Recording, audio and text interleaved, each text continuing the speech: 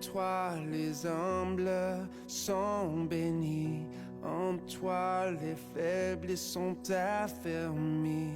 Les cœurs brisés, tu rétablis, donnant la vie. Cet amour qui peut libérer, cet amour qui peut restaurer, nous appelle par notre nom.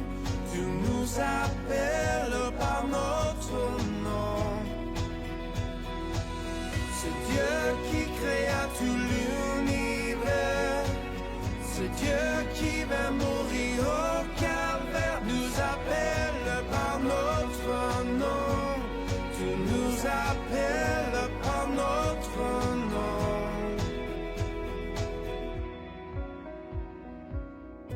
À ceux qui doutent de la foi, aux chancelants, tu tends les bras, tu les appelles de ta voix. Venez à moi, cet amour qui peut libérer, cet amour qui peut restaurer, nous appelle par notre nom.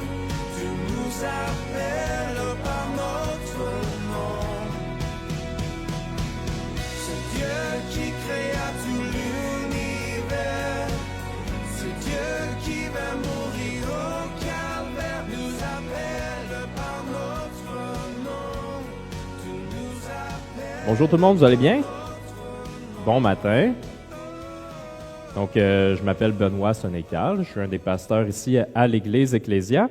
Ce matin, David, qui est le pasteur principal, est absent, mais on va être capable, hein, on va voir ça comme des grands.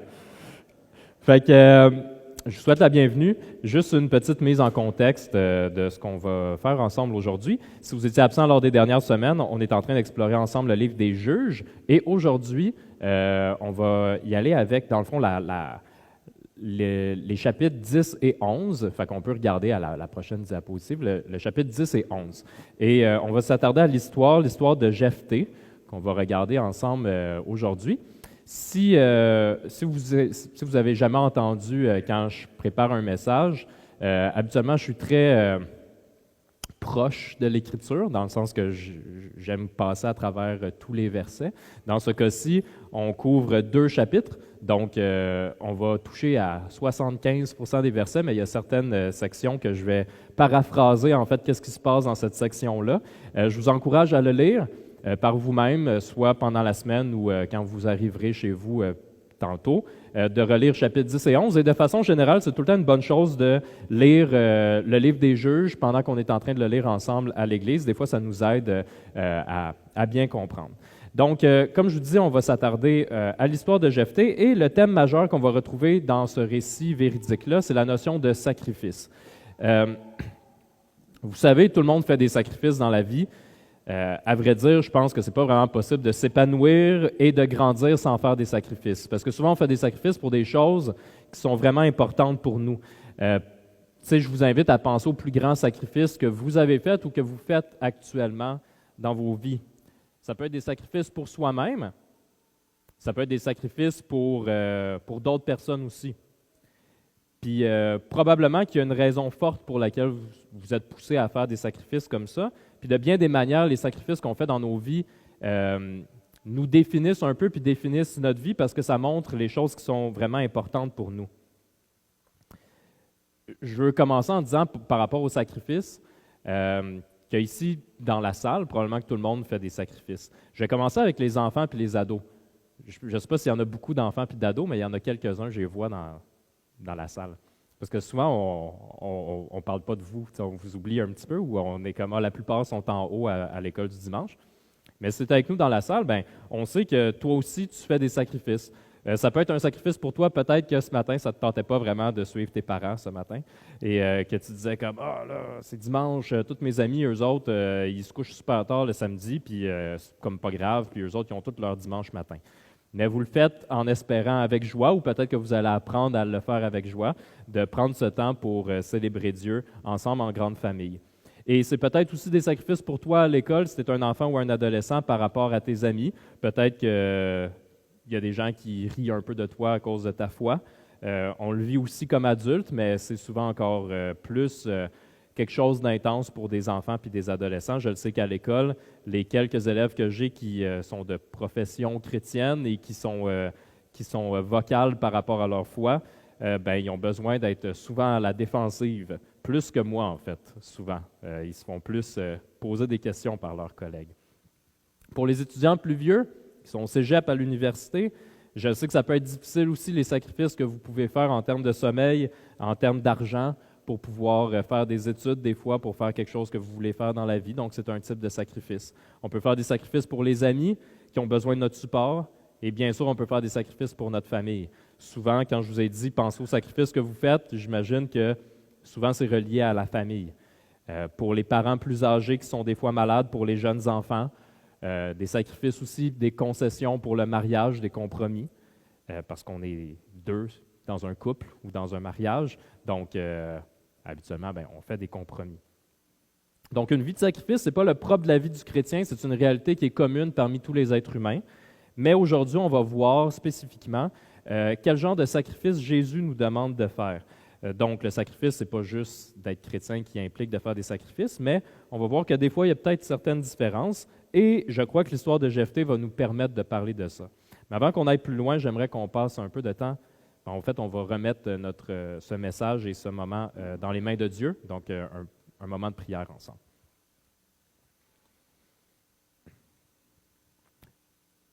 Seigneur Dieu, merci parce que tu es au sein de notre assemblée ce matin. Tu es omniprésent et tu entends tout et tu es avec nous. C'est une grande joie aussi de savoir que même si tu es présent avec nous pleinement ce matin, tu es aussi présent avec toutes les autres communautés qui te louent ce matin, que tu entends les chants de partout dans le monde qui s'élèvent en même temps et que tu entends nos prières. On te prie qu'on puisse être trouvé fidèle à ton écriture, à tes commandements. On te remercie pour le grand amour que tu as pour nous.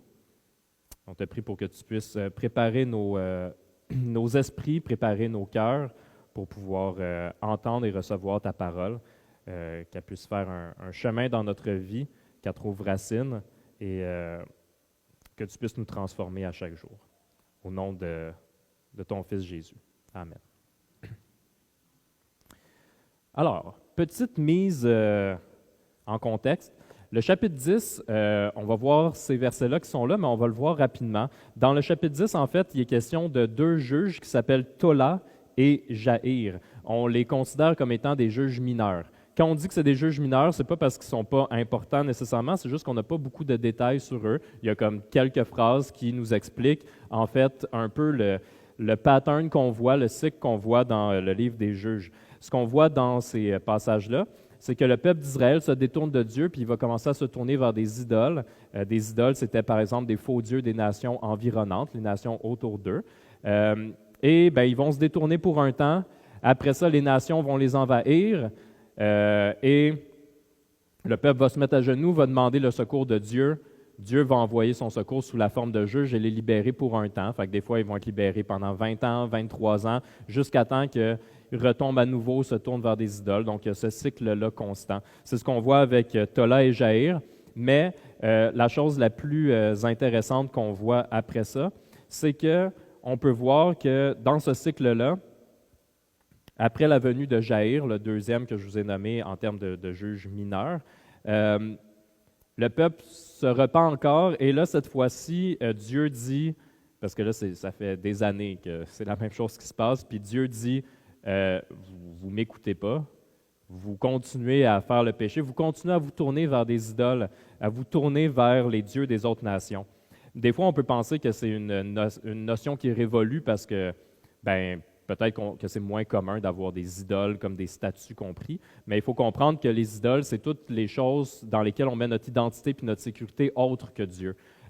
Lutter contre les idoles, c'est... Tout le monde fait ça. Moi aussi, je dois lutter contre les idoles.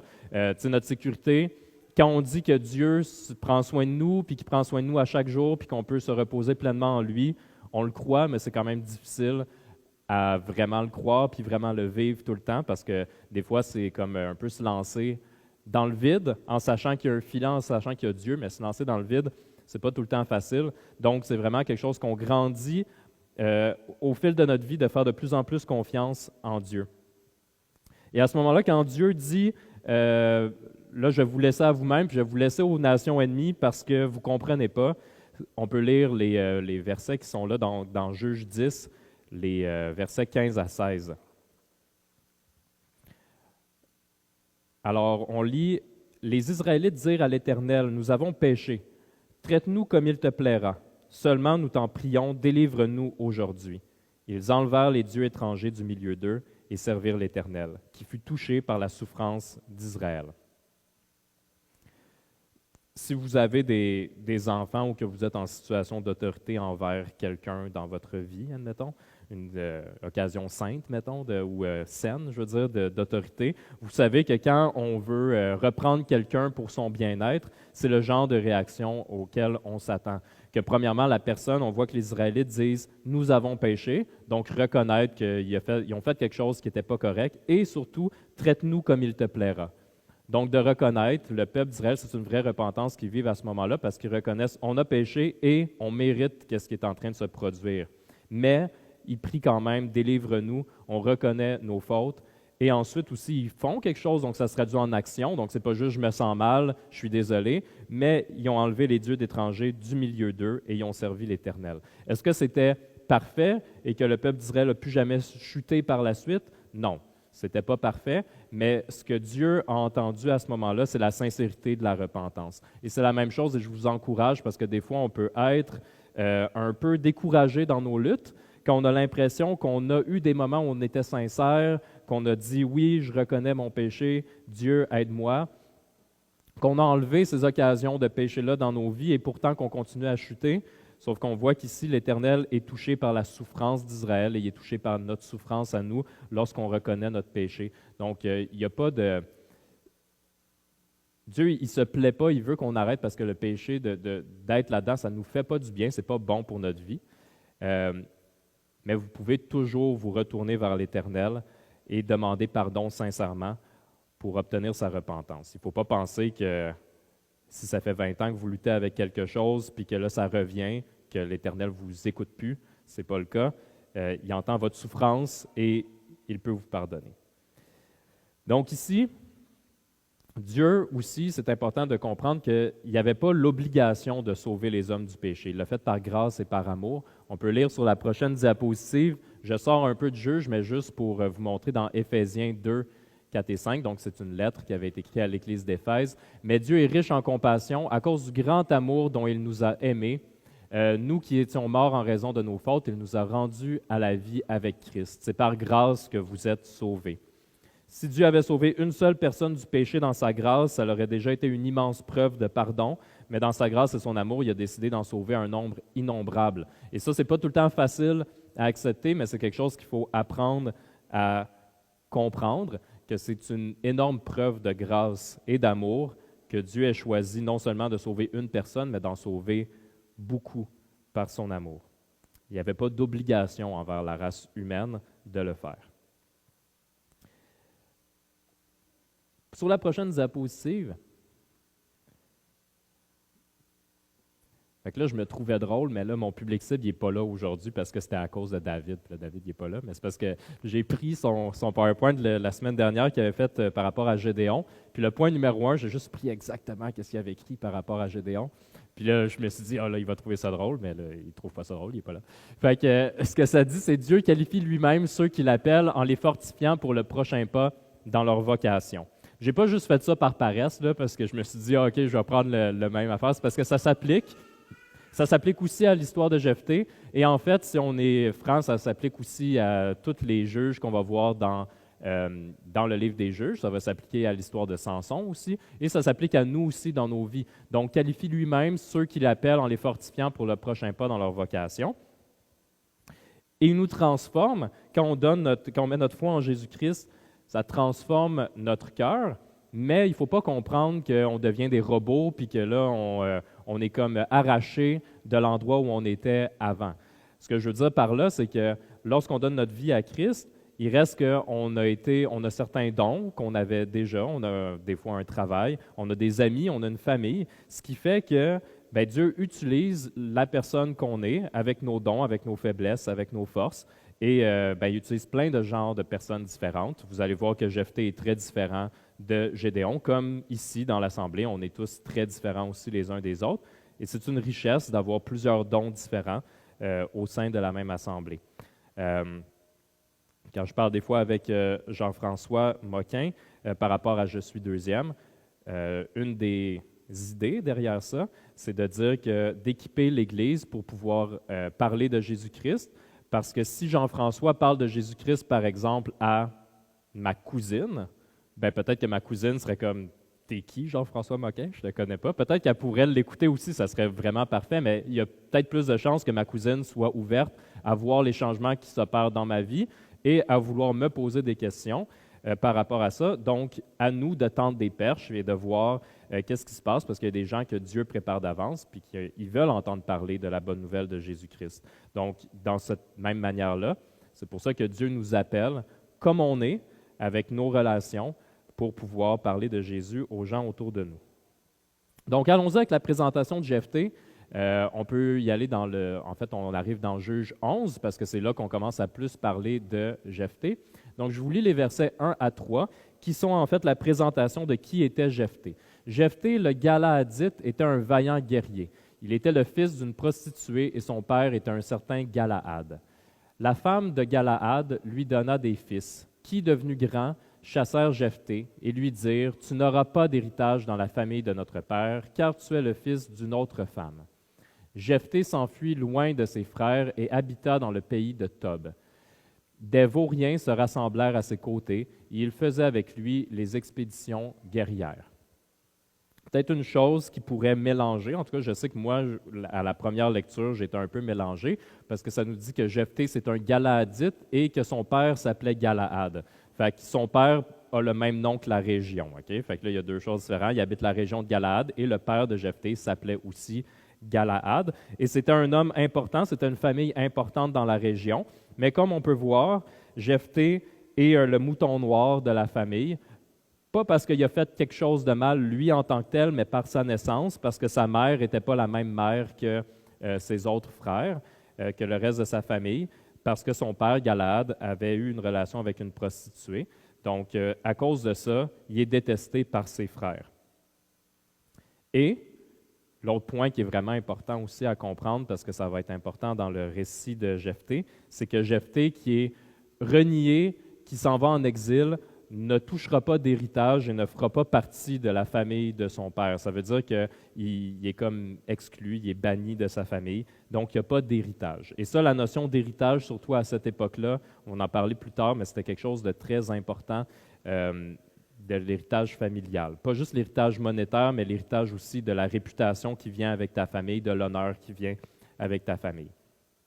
Personnellement, j'ai été béni de grandir dans une famille dans laquelle j'ai été aimé, que j'ai été accepté, mais par contre, je suis conscient que ce n'est pas le cas de tous, que ce n'est pas le cas probablement de plusieurs personnes ou de quelques personnes dans l'Assemblée, qui peut-être que vous voyez beaucoup en Jephthé des choses qui vous ressemblent ou une situation qui vous ressemble, que par votre naissance ou des trucs qui échappaient à votre contrôle, vous avez pu être rejeté par la société. Et j'espère que l'histoire de Jephthé pourra vous montrer que Dieu utilise les gens comme ils sont malgré les circonstances et que Dieu ne voyait pas Jephthé de la même façon que la société le voyait. Il voyait le cœur de Jephthé et qu'il avait un amour profond pour Jephthé. Donc, continuons à lire au verset 4, la prochaine diapositive, 4 à 11. Quelque temps après, les Ammonites, c'est une tribu à côté du peuple d'Israël à ce moment-là. Donc, les Ammonites firent la guerre à Israël. Face à cette situation, les anciens de Galaad allèrent chercher Jephthé au pays de Tob. Ils lui dirent « Viens, tu seras notre chef et nous combattrons les Ammonites. » Jephthé répondit aux anciens de Galaad « N'avez-vous pas eu de la haine pour moi et n'avez-vous pas chassé de chez mon père? Pourquoi venez-vous vers moi maintenant que vous êtes dans la détresse? » Les anciens de Galaad dirent à Jephthé, « Nous revenons vers toi maintenant afin que tu marches avec nous, que tu combattes les Ammonites et que tu sois notre chef, celui de tous les habitants de Galaad. » Jephthé répondit aux anciens de Galaad, « Si vous me faites revenir pour combattre les Ammonites et que l'Éternel me les livre, je serai votre chef. » Donc Jephthé, par obéissance, et on comprend, tu sais, il aurait pu leur mettre d'un dent, hein, parce que là, il s'est fait exiler par les anciens de Galaad, par tout le monde. Ils ont dit, nous, on t'aime pas, tu es le fils d'une prostituée, va-t'en. Fait que là, Jephthé, il est parti, il est allé dans la ville de Tob, et à ce moment-là, il a commencé à être connu parce qu'il y avait une troupe de guerriers avec lui, donc pour des conquêtes qu'il avait faites. Puis là, les gens ils se sont dit, hey, là, les Ammonites, ils arrivent, fait qu'on va aller voir Jephthé, lui et sa gang, ils sont bien forts, ils vont nous protéger. Fait que Jephthé, il dit, ben là, c'est ça, là, vous êtes dans détresse, puis maintenant, vous demandez mon aide, puis avant ça, vous ne vouliez rien savoir de moi. Mais pourtant, on voit qu'il obéit, puis il obéit aussi par rapport à Dieu, parce qu'on voit qu'il dit, si l'Éternel me les livre, je serai votre chef. Donc, c'est d'abord par obéissance pour Dieu qui décide de dire, oui, OK, c'est pas juste pour faire plaisir aux anciens de Galaad ou pour retrouver un statut, c'est vraiment par obéissance pour Dieu qui décide d'obéir et de libérer, d'être utilisé comme libérateur pour le peuple d'Israël à ce moment-là. Dans les prochains versets, ça, vous voyez, c'est la première partie qu'on va aller rapidement. Donc, je ne vais pas vous lire chacun des versets, mais je vais vous résumer qu'est-ce qui se passe à ce moment-là. C'est dans Juges 12 à 28, et à la place, j'ai mis une carte. Fait que là, vous allez voir une belle carte qui va être affichée en avant. J'ai utilisé mes skills c'est même pas du Photoshop, j'ai juste comme encerclé certaines choses. Fait que, est-ce que vous la voyez, les gars, la carte? Oui, c'est bon. Donc, on peut la regarder, la carte qui est ici. Pourquoi j'ai mis la carte, en fait, c'est que dans le passage de Juges 12 à 28, maintenant que Jephthé est le chef, à ce moment-là, la première chose qu'il va faire, ce n'est pas tout de suite de partir en guerre. Le premier geste, c'est qu'il va essayer de négocier la paix avec le roi des Ammonites. Il va écrire une lettre. OK? Donc, il va écrire une lettre pour éviter un conflit. Et essentiellement, il va donner 3 arguments pour lesquels il dit au roi des Ammonites de ne pas attaquer le peuple d'Israël. Il va faire beaucoup référence au livre qu'on appelle le livre des Nombres. Le livre des Nombres, c'est un des livres dans la Bible qui se situe entre la sortie d'Égypte, lorsque le peuple d'Israël, en fait, était, dans le fond, esclave en Égypte, et le moment où il y a la conquête de la terre promise dans le livre de Josué. Fait que c'est le moment qu'ils sont comme dans le désert et qu'ils sont obligés de partir de l'Égypte pour se rendre jusqu'à la terre promise. Mais il faut comprendre que quand ils sont partis d'Égypte, qu'ils ont traversé la mer Rouge, que c'est comme ouvert parce que Dieu a ouvert la mer Rouge avec Moïse, là, ils ont traversé. Mais pour se rendre jusqu'à la terre promise, il y avait des gens qui habitaient à ces endroits-là. Fait que c'était pas tout le temps évident de se rendre à la terre promise parce que parfois il fallait passer à travers un territoire. Et ce qu'on lit dans le livre des Nombres, c'est que très souvent, le peuple d'Israël, il demande à des nations qui étaient là, est-ce qu'on pourrait comme passer, parce que nous, on veut aller comme un petit peu plus au nord, puis vous êtes comme dans le chemin, mais on va juste passer vite, puis on s'en va. Puis souvent, les peuples, ils n'acceptaient pas, parce qu'ils avaient peur d'eux autres. Fait qu'ils disaient, non, vous ne rentrez pas ici. Fait qu'à cause de cette raison-là, il y a beaucoup de moments dans le livre des Nombres que le peuple d'Israël fait des gros détours dans le désert pour passer pour pas passer à travers, fait qu'ils font le contour de plusieurs territoires. Mais à un certain moment, ils étaient quand même obligés de passer à travers parce qu'on ne le voit pas nécessairement très bien, mais un peu plus proche de la mer Méditerranée en rouge, c'est là qu'il y avait la terre promise, le pays de Canaan. Fait qu'à un moment donné, il fallait qu'ils coupent en quelque part. Et ils ont coupé dans le pays de Galaad qu'on voit. Et à ce moment-là, ils ont comme conquéri le territoire. Puis là, le roi des Ammonites voulait le récupérer. Fait que dans les versets, les 3 arguments que Jephthé va dire, c'est que premièrement, au moment de cette conquête-là, quand le peuple d'Israël il a dit « Est-ce que vous nous laissez passer? » Puis qu'ils ont dit « Non, on ne vous laisse pas passer, battez-vous contre nous. » Ils se sont battus contre eux, puis ils ont gagné finalement le peuple d'Israël, avec Dieu qui les a aidés, bien sûr. La terre qu'ils avaient conquis appartenait même pas aux Ammonites à ce moment-là, elle appartenait à un autre peuple qui s'appelait les Amoréens. Fait que déjà, une des choses, c'est qu'ils disent, quand on a conquis le territoire, ça ne vous appartenait pas, ça appartenait à une autre tribu. Fait que pourquoi maintenant vous dites qu'elle vous appartient, cette tribu-là, puis que ce territoire-là, puis que vous la revoulez? Autre chose, ça faisait 300 ans aussi que le peuple d'Israël était établi là. Donc, l'autre argument, c'est qu'il dit, pourquoi pendant 300 ans, vous n'avez rien fait, puis là, soudainement, vous dites que ce territoire vous appartient? Et la dernière chose aussi qu'ils vont dire, c'est que lorsque le peuple des Ammonites, il y avait un dieu qui s'appelait le dieu Kémosh. Quand je dis qu'il y avait un Dieu, ce n'est pas un vrai Dieu, OK? Donc, comme chrétien, on ne dit pas qu'il y a plein de dieux qui existent, qu'il existe un seul Dieu, mais eux autres, ils priaient un Dieu qui s'appelait Kémosh, et en priant leur Dieu qui s'appelait Kémosh, quand il y avait des victoires, ils rendaient gloire à Kémosh. Donc, ce qu'il va dire aussi, c'est qu'il dit, si vous, quand vous conquérez des territoires, vous dites que votre Dieu Kémosh vous l'a donné, nous autres, on a conquis le territoire il y a 300 ans, puis c'est l'Éternel qui nous l'a livré, donc pourquoi on ne pourrait pas le garder? Malgré cette lettre, ça n'a pas vraiment convaincu le roi des Ammonites, donc il a quand même décidé de les attaquer à ce moment-là. Donc, on va regarder ce qui va se passer dans les prochains versets 29 à 33. Donc, c'est le conflit. Finalement, il va y avoir une guerre entre Israël et le peuple des Ammonites. J'ai souligné, ça c'est souligné, le début du verset 29, parce que ça va être important plus tard, puis on ne reculera pas pour revenir, mais gardez ça en tête. Donc, ça nous dit, l'Esprit de l'Éternel reposa sur Jephthé avant la guerre, avant le conflit. Il traversa Galaad et Manassé, puis il passa à Mitzpé de Galaad. De là, il marcha contre les Ammonites. Jephthé fit un vœu à l'Éternel, important aussi. Il dit, « Si tu livres les Ammonites entre mes mains, toute personne qui, à mon heureux retour de chez les Ammonites, sortira de chez moi pour venir à ma rencontre, appartiendra à l'Éternel, et je l'offrirai en holocauste. » Jephthé marcha contre les Ammonites, et l'Éternel les livra entre ses mains. Il leur infligea une très grande défaite, depuis Aroër jusque vers Minite, espace qui comptait 20 villes, et jusqu'à Abel-Kéramim, les Ammonites furent humiliés devant les Israélites. OK, donc, il y a eu une victoire qui a été donnée par Dieu ici, donc avec l'armée de Jephthé. Les choses importantes, comme je vous ai dit ici, c'est le fait qu'on voit que l'Esprit de l'Éternel repose sur Jephthé et aussi le vœu que Jephthé fait à Dieu s'il obtient la victoire, qui va revenir dans la prochaine partie du récit. Quand on dit que l'Esprit de l'Éternel repose sur Jephthé, juste vous dire que ça arrive très fréquemment dans l'Ancien Testament, qu'on peut lire ça, puis on le voit aussi beaucoup dans le livre des Juges. Donc, à certains moments, on voit que l'Esprit de Dieu influence particulièrement les juges qu'il a choisis. Souvent, c'est pour une conquête guerrière quelconque, et que c'est aussi une façon, en général, d'approuver et d'encourager le juge en question. Vous allez le voir beaucoup dans le récit de Samson qu'on va commencer la semaine prochaine aussi, cette phrase-là, que l'Esprit de l'Éternel repose sur Jephthé, sur Samson, donc on va le voir aussi beaucoup. On va maintenant regarder le verset 34 jusqu'à la fin, parce que c'est là qu'on va avoir plus de choses à discuter en général, parce que le récit de Jephthé est souvent connu pour sa conclusion, en fait.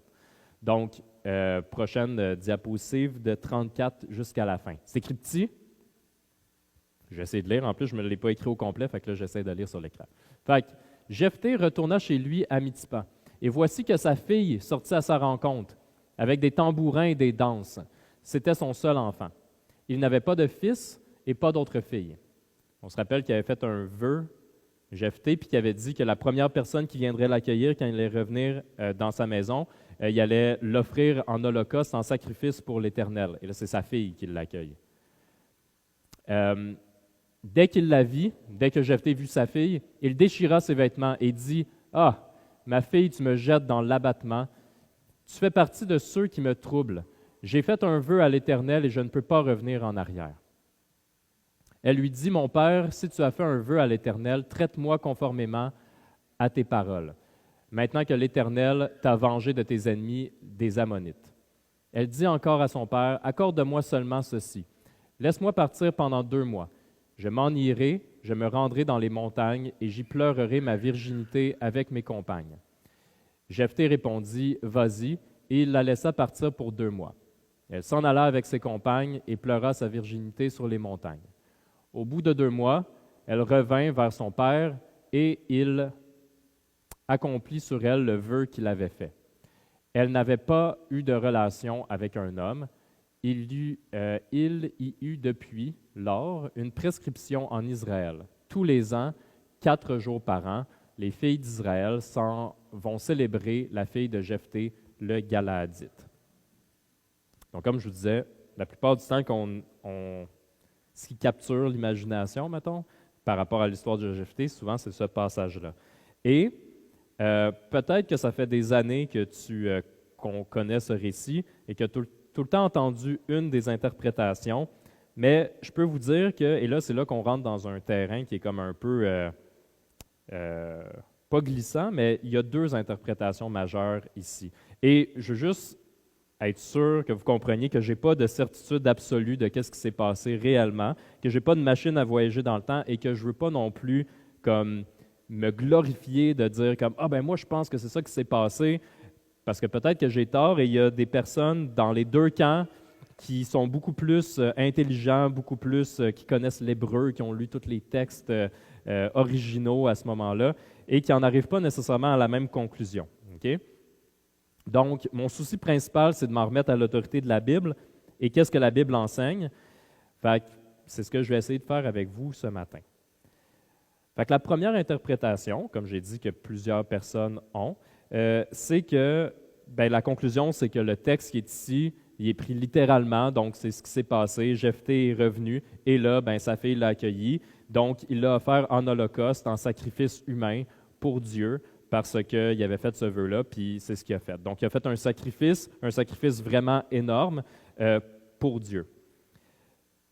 C'est peut-être le cas, c'est peut-être ce qui s'est passé, mais juste pour m'assurer que c'est bien compris, toutes les personnes, ça c'est quelque chose que tout le monde est d'accord, tous les commentateurs bibliques qui lisent ce passage s'entendent pour dire que si c'est ce qu'il a fait, il n'aurait pas dû faire ça.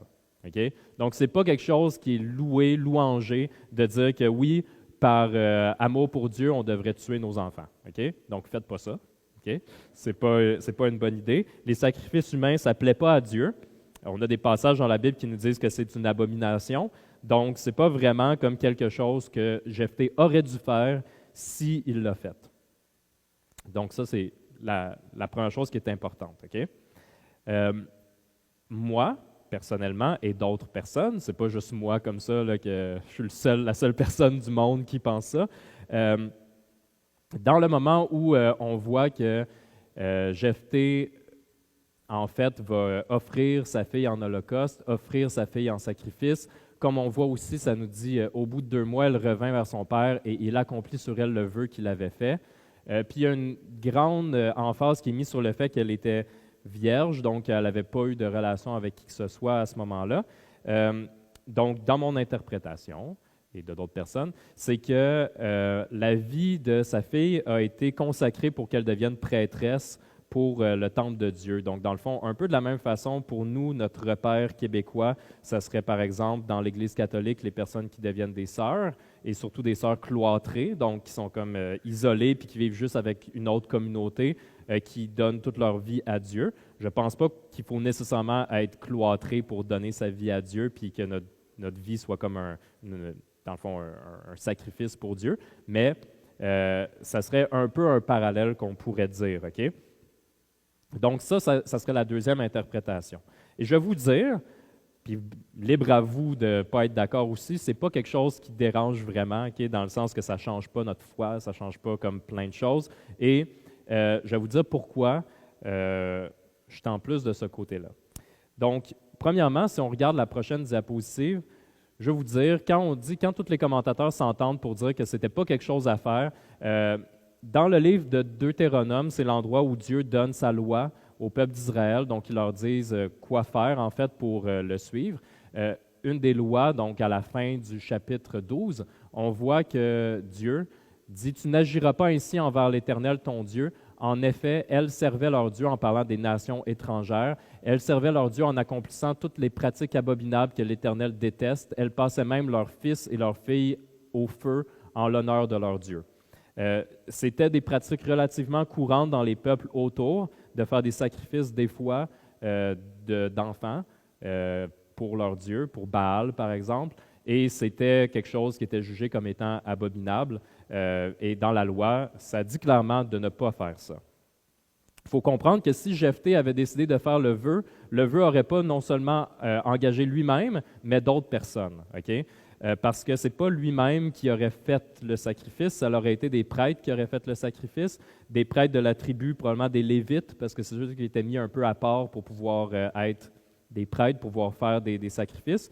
Donc, il aurait aussi fallu que les prêtres disent « Ah oui, c'est correct, comme on va faire ça », malgré qu'ils connaissaient très bien aussi, la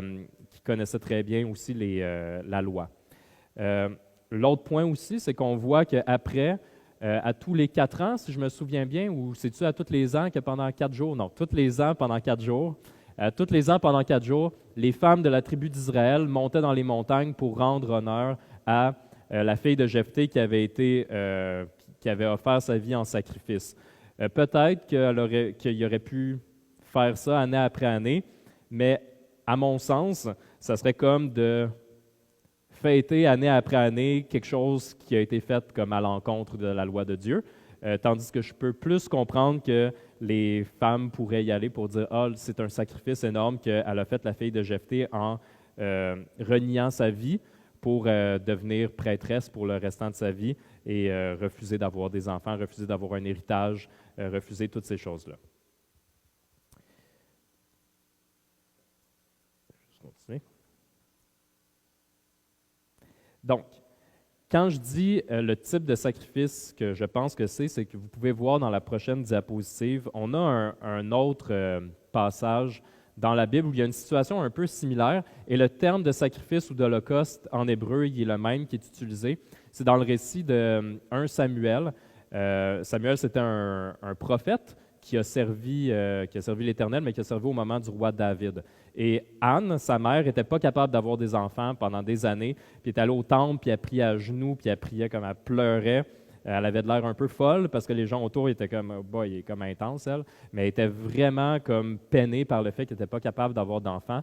Et elle fit le vœu suivant: « Éternel Maître de l'univers, si tu consens à regarder la détresse de ta servante, si tu te souviens de moi, si tu n'oublies pas ta servante et lui donnes un fils, je le consacrerai à l'Éternel pour toute la durée de sa vie, et le rasoir ne passera pas sur sa tête. » Quand on voit « je le consacrerai à l'Éternel pour toute la durée de sa vie », c'est le même verbe qui est utilisé ici quand Jephthé parle de sa fille par rapport au sacrifice. Donc, c'est une autre façon potentiellement de le dire. Et c'est vrai que par la suite, Samuel, finalement, ben oui, elle a eu un fils qui s'appelait Samuel. Et dès qu'il était en âge un peu d'aller au temple, ben, il est allé apprendre. Et pour le restant de sa vie, il ne s'est jamais marié non plus, puis il a consacré sa vie à l'Éternel. Pour le rasoir qui ne passera pas sur sa tête, je laisserai les prochaines personnes qui vous parleront de Samson. Hein, c'est le fun parce que ça nous donne une petite idée. C'est quelque chose qui est comme une pratique qui était utilisée parfois dans le temps pour montrer sa consécration à l'Éternel par rapport aux cheveux. Fait que, on va le voir dans les prochaines semaines. Je vous rappelle aussi que au verset 29, j'avais souligné un truc qui nous disait que l'Esprit de l'Éternel fut sur Jephthé. Et quand on voit ça, l'Esprit de l'Éternel, il ne pousse pas vraiment à faire des choses contraires à la volonté de Dieu. Et on va voir aussi que dans le cas de l'histoire de Samson, on voit souvent que l'Esprit de l'Éternel est sur Samson, qu'il l'aide à faire des choses, puis que des fois, on voit que l'Esprit de l'Éternel sort de Samson. Et en général, quand on lit ça, c'est parce qu'il a fait quelque chose qui ne plaisait pas à l'Éternel. Fait que, en général, ce qu'on voit dans la Bible, c'est que on voit que quand quelqu'un fait quelque chose qui ne plaît pas à Dieu, que c'est écrit en quelque part. Et ce n'est pas vraiment écrit. On ne voit pas que Jephthé est réprimandé. On ne voit pas que Jephthé a fait quelque chose qu'il ne devrait pas faire. Et même quand on regarde le prochain verset dans le livre des Hébreux, au chapitre 11, on peut voir qu'en parlant de plusieurs personnes dans le livre des Juges, « Et que dirais-je encore, le temps me manquerait en effet pour parler de Gédéon, de Barak, de Samson, de Jephthé, de David, de Samuel et des prophètes. » Donc, il est même encensé, en fait, à d'autres endroits dans la Bible pour montrer que c'est un exemple de foi, que c'est un exemple d'homme qui avait suivi Dieu. Peut-être que vous vous dites que si finalement le sacrifice n'était pas un sacrifice humain, ce n'était pas un si gros sacrifice pour Jephthé ou pour sa fille. En réalité, si on se rappelle aussi, Jephthé n'avait pas d'héritage, il avait été renié de sa famille. Et c'est pas comme à l'époque, c'est pas comme aujourd'hui. Maintenant qu'on vieillit, le gouvernement, il y a de l'aide gouvernementale pour plein de raisons, ce qui sont des bonnes choses aussi d'avoir de l'aide gouvernementale. Et probablement beaucoup de choses dans notre société qui sont influencées par des valeurs chrétiennes. par rapport à l'égalité, par rapport à beaucoup de choses qu'on prend pour acquis maintenant, mais que ça n'a pas tout le temps été le cas. À cette époque-là, si par exemple tu étais veuve, ben, les gens, à part les gens de ta famille, les gens ils ne vont pas prendre soin de toi. Tu ne vas pas recevoir de l'argent du gouvernement d'Israël. Ça n'existait pas à cette époque-là. Même chose pour les personnes orphelines qui perdaient leurs parents. Si ce n'est pas quelqu'un qui te prenait sous ton aile, ben, ça ne marchait pas. C'est pour ça qu'on voit souvent dans la Bible des moments qui disent « Prenez soin des veuves et des orphelines » en parlant de l'Église. Parce que souvent, c'est juste l'Église qui prenait soin des veuves et des orphelins. Donc, il n'y a pas de pension de retraite. Si tu n'as plus d'héritage, que tu deviens plus vieux, que ta fille est maintenant prêtresse, ben, tu vas mourir tout seul, puis ça va être la fin. Donc, il faut comprendre que c'était vraiment une notion de rejeter son héritage, de savoir, entre autres Jephthé, qu'il n'y aurait pas de futur à s'aligner à lui, que sa seule fille, et ça dit, il n'y a pas de fils, il n'y a pas d'autre fille, il y avait une seule fille, et cette fille-là ben, a été consacrée à l'Éternel. On peut regarder la prochaine diapositive. Il faut comprendre quand je dis que Jephthé n'avait pas d'héritage, ce n'est pas tout à fait vrai. Il n'y aurait pas d'héritage terrestre. Mais Jephthé savait que son héritage, en fait, était au ciel. C'est un héritage divin. Il a renié son futur terrestre, comme la fille de Jephthé a renié aussi son futur terrestre, en sachant que, en consacrant sa vie à Dieu, ce n'était pas de renier, au contraire, c'est un gain, parce qu'on sait qu'au ciel, avec Dieu, il nous donne la vie éternelle, on a un héritage divin, et on est adopté dans sa famille. Donc, Jephthé, qui n'avait jamais eu de famille réelle, en fait, est adopté au sein de l'Église ou au sein de la famille de Dieu, de la grande famille de Dieu. C'est ce genre de sacrifice-là, quand on disait en début qu'il y avait, que tout le monde faisait des sacrifices, et c'est vrai, tout le monde fait des sacrifices, mais c'est ce genre de sacrifice-là qui devrait distinguer une personne chrétienne. C'est de renier sa vie terrestre pour la mettre au service de Dieu. C'est cet aspect-là. Et ça ne veut pas dire de vous enrôler dans un couvent ou devenir moine, okay? Mais ça veut dire comment que ma vie peut être pour la gloire de l'Éternel, de plus en plus de moins considérer sa vie comme étant notre possession, mais un cadeau qu'on a reçu pour rendre gloire à Dieu.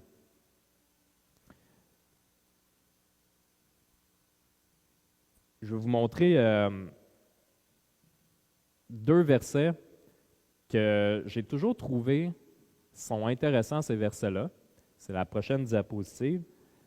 C'est des versets qui m'apparaissent des fois contradictoires, mais qui ne le sont pas. Et les deux sont dans l'Évangile de Matthieu. Et je trouve que ça nous aide un peu à comprendre quel genre de sacrifice, comment offrir notre vie en sacrifice lorsqu'on veut suivre Dieu. Le premier verset, dans Matthieu 16 et versets 24 à 25, ça nous dit « Alors Jésus dit à ses disciples, « Si quelqu'un veut être mon disciple, qu'il renonce à lui-même, qu'il se charge de sa croix et qu'il me suive. En effet, celui qui voudra sauver sa vie la perdra, mais celui qui la perdra à cause de moi la retrouvera. » Je ne sais pas si vous êtes d'accord avec moi, mais surtout après, en lisant ce qu'on a lu aujourd'hui, il y a vraiment une notion de sacrifier sa vie pour la bonne nouvelle, pour l'Évangile, pour ce que Jésus a fait pour nous à la croix. Mais on a aussi un autre verset, encore dans l'Évangile de Matthieu, dans le chapitre 11. Il dit « Venez à moi, vous tous qui êtes fatigués et courbés sous un fardeau, et je vous donnerai du repos. Acceptez mes exigences et laissez-vous instruire par moi, car je suis doux et humble de cœur, et vous trouverez le repos pour votre âme. En effet, mes exigences sont bonnes et mon fardeau léger. » Parfois, si on prend juste le dernier passage qu'on vient de lire ensemble, puis qu'on l'isole, puis qu'on fait juste méditer ça à l'extérieur du reste de la Bible, il y a parfois des gens qui pensent que de suivre Jésus, ça veut dire qu'il va nous protéger de toutes les tempêtes dans nos vies. Okay? Mais si c'est quelque chose que tu dis, moi, je vais faire plaisir à Dieu en allant à l'église le dimanche, puis je vais faire des sacrifices pour lui, puis il va me préserver de toute difficulté dans ma vie ou de toute tempête, de tout mal ou de toutes ces choses-là, ça ne sera pas le cas. la vie d'une personne chrétienne n'est pas comme retirée du monde, puis on n'est pas comme ah ouais, moi, il y a eu une tornade qui est passée dans ma ville, puis il ne s'est rien passé pour moi. OK?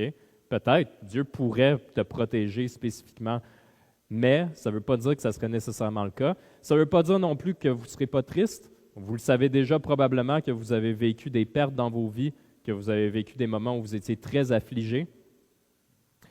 Et, comme on voit aussi, ce n'est pas toujours facile de suivre Jésus parce que ça peut amener aussi un poids supplémentaire. On parlait plus tôt que peut-être que tu es ridiculisé pour ta foi. À cause de ta foi, ça fait partie des choses qui impliquent de prendre la croix. Mais ce que ça nous promet, par contre, dans la deuxième partie, ce n'est pas contradictoire. La prochaine partie nous dit que oui, il va y avoir des difficultés, oui, il faut tenir la croix, mais Dieu nous aide. Le fardeau est léger parce que Dieu le porte avec nous. Il n'est pas léger parce qu'on c'est plus léger parce qu'on est chrétien. Il est plus léger parce que Dieu va nous aider à faire chacun des pas et il va nous aider à porter le fardeau. Il ne va pas nous mettre un fardeau trop grand qu'on n'est pas capable de le supporter, mais par contre, des fois, un fardeau qui va nous obliger à se tourner vers lui quand on est au bout de nos ressources, quand on n'est plus capable par nous-mêmes, par nos propres forces. On sait qu'on peut se tourner vers lui et qu'il va nous aider. Je vais vous montrer un autre verset qui parle de sacrifice aussi, dans Romains 12, 1.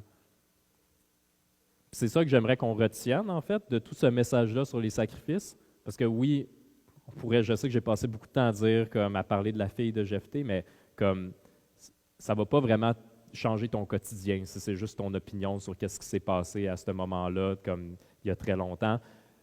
Mais par contre, on peut retenir ça. Je vous encourage donc, frères et sœurs, par les compassions de Dieu, à offrir votre corps comme un sacrifice vivant, saint, agréable à Dieu. Ce sera de votre part un culte raisonnable. Donc, de la même façon que la fille de Jephthé, on est invité à offrir notre corps comme un sacrifice vivant, saint et agréable à Dieu, de prendre nos ressources que Dieu nous a données et de les utiliser pour sa gloire.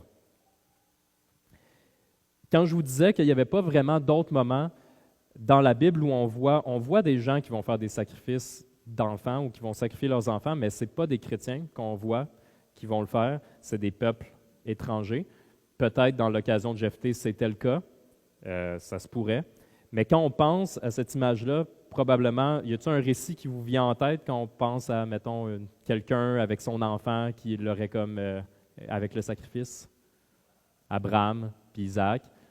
Puis Abraham et Isaac, si vous ne connaissez pas le récit d'Abraham et Isaac, c'est que Abraham et sa femme Sarah n'étaient pas capables d'avoir d'enfants, puis finalement, ils ont eu des enfants quand ils étaient rendus très, très vieux, dans la centaine d'années. Et Isaac était très, très cher aux yeux d'Abraham parce que toute sa vie, il avait voulu avoir un enfant. Puis quand il a son enfant, puis son enfant est plus vieux, à un moment donné, Dieu lui dit de prendre Isaac, puis de l'amener avec lui sur une montagne, puis de l'offrir en sacrifice. Fait qu'Abraham, il demande à Isaac de prendre du bois sur son épaule, puis là, il monte la montagne. Puis ce qu'on voit à ce moment-là, c'est qu'Abraham est prêt à le faire pour Dieu. Il lève le couteau, puis il pleure. Puis Isaac est prêt aussi à s'offrir en sacrifice parce qu'il sait que Dieu a demandé ça à son père. Fait qu'il est comme une victime consentante à ce moment-là. Mais quand il arrive pour le faire, Dieu lui dit à Abraham, « Arrête ». Il envoie un ange qui retient son bras puis qui lui dit de ne pas faire ça. Et à la place, il envoie un agneau pur, un agneau tout blanc qui est pris dans un buisson. Et il dit, offre l'agneau à la place de ton fils. Puis finalement, c'est ce qu'il fait. Puis Abraham, il tue l'agneau en sacrifice pour Dieu. On pourrait juste le laisser là puis faire comme, ah ok, fait que, il a offert un agneau. Mais il faut comprendre que dans ce récit-là, c'est pour montrer à quel point pour Abraham, ça leur été un gros sacrifice d'offrir son fils unique. C'est pas son fils unique, là, Isaac, mais en tout cas, de l'offrir en sacrifice parce qu'il l'aimait vraiment beaucoup. Mais de comprendre que quand on regarde la Bible, le seul moment qu'on peut dire sans aucun doute qu'il y a quelqu'un qui a offert son fils en sacrifice, c'est Dieu qui a offert son fils Jésus en sacrifice pour nous. La prochaine diapo est comme un peu, est gore un peu, mais c'est pas si pire, là. OK? Mais c'est parce que c'est du sang qui coule. Parce qu'aujourd'hui, on va prendre la communion ensemble. La communion, je veux dire, c'est le repas du Seigneur ensemble. OK? Le pain et le vin qui représentent le corps et le sang de Christ. Parce que des fois, on pourrait prendre le jus et dire c'est du jus de raisin. Là. Mais il faut comprendre que quand on prend le jus de raisin, c'est un symbole de ce que vous voyez. C'est un symbole du sang. Du sang qui a été versé pour nous.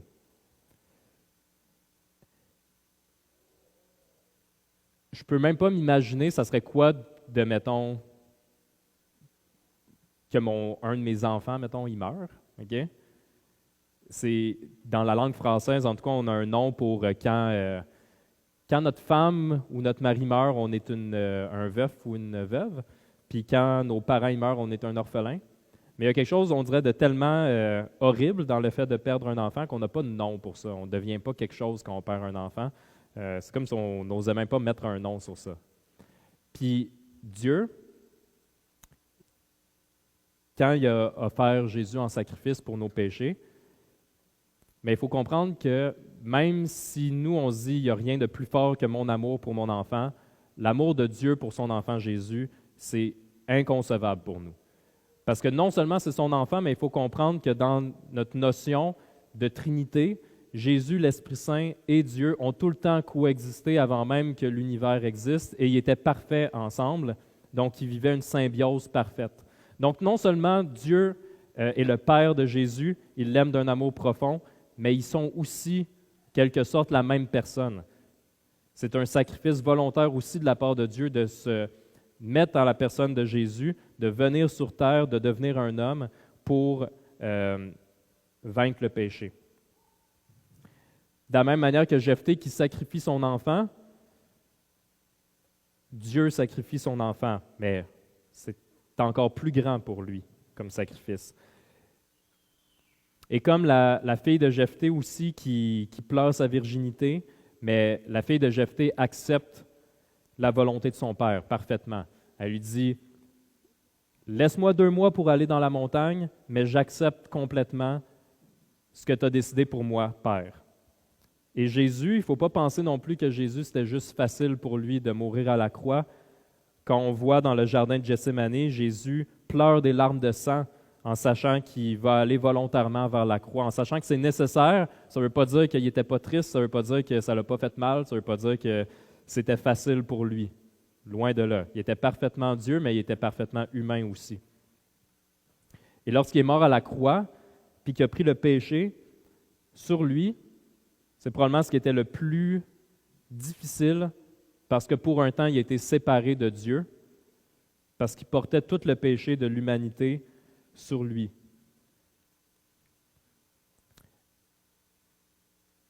Fait qu'en sachant ça, c'est juste pour vous dire qu'on s'apprête à faire un moment qui est un moment fraternel, qui est un moment pour nous rappeler qu'est-ce qui nous unit. La seule chose qui nous unit, oui, peut-être que, tu sais, mettons, Benoît, il aime la motocross, là. Benoît Cloutier, il y a peut-être d'autres personnes qui aiment ça, la motocross, puis vous parlez de motocross ensemble, OK? Il y a des choses qui nous unissent, mais la raison pour laquelle on est ici, c'est à cause du sacrifice de Jésus à la croix. C'est ça qui nous unit, c'est ce qui unit l'Église. Donc, c'est une occasion fraternelle. Mais c'est aussi une occasion personnelle de regarder l'image qui est là, qui est écrit « For you ». Fait que si tu es vraiment, tu sais, je sais qu'il y en a qui sont moins bons en anglais, mais « For you », ça veut dire « pour toi ». Okay? Je pense que tout le monde devrait être comme pas pire pour ça. D'être capable de regarder l'image puis de dire « Oui, Jésus est mort pour moi, pas juste pour le péché en général, mais il est mort pour moi, pour toi, pour toutes les personnes. » Si tu fais partie de ceux qui l'ont reconnu par le baptême, que Jésus est mort pour toi à la croix, que c'était nécessaire et qu'il a pardonné tes péchés, bien, on va partager ensemble le pain et le vin. Si tu crois fermement que Jésus est mort pour toi, ou peut-être que là, tu es comme convaincu de ça, ou que ça fait plusieurs semaines que ça te travaille, mais que tu n'as pas encore fait le pas du baptême. Ce que je vais te demander, c'est quand on va tout à l'heure prendre le pain et le vin, de prier, de rester assis, de prier à Dieu pour qu'il se révèle à toi. Puis après ton travail, ça va être de venir parler à quelqu'un ici pour qu'on puisse te dire, répondre à tes questions, puis de prendre goûter. Puis c'est normal si tu as des questions, c'est normal si tu as des doutes, c'est normal si tu as des appréhensions. On va te parler, puis on va essayer du mieux qu'on peut de te pointer vers qu'est-ce que la Bible enseigne, puis qu'est-ce que Dieu a fait pour toi, qu'est-ce que Jésus a fait pour toi. Fait que, juste si, JF, tu peux te lever, Benoît, en arrière, puis Chris, tu là? OK, juste te lever aussi. Fait qu'à la fin, si tu voudrais rentrer dans un processus de baptême puis que tu as des questions, je t'invite très sérieusement à venir parler à la personne qui t'intimide le moins entre nous quatre, OK? Fait que tu choisis, puis tu viens nous parler, puis ça va nous faire plaisir. Vous pouvez vous asseoir, les gars. Ça va nous faire plaisir. Je pense qu'il y a plusieurs personnes d'entre nous que voir quelqu'un qui s'intéresse vraiment à ce que Jésus veut pour eux dans leur vie, c'est quelque chose qui on n'a jamais trop. C'est de voir l'étincelle de quelqu'un que Dieu travaille dans sa vie puis qu'il veut voir c'est quoi le prochain pas d'obéissance. On vit pour ça de plusieurs façons. OK? Fait que ça va nous faire plaisir de pouvoir t'en parler.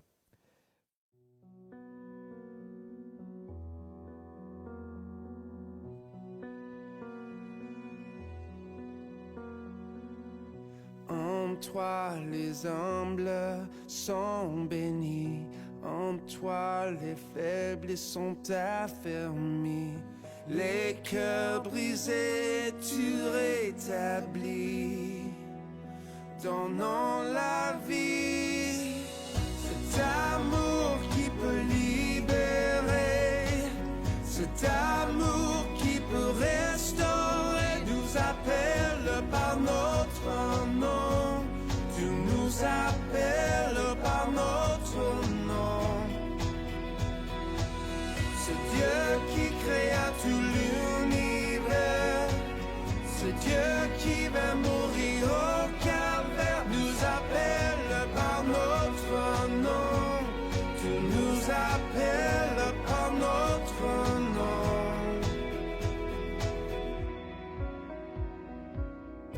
À ceux qui doutent de la foi, aux chancelants, tu tends les bras, tu les appelles de ta voix. Venez à moi.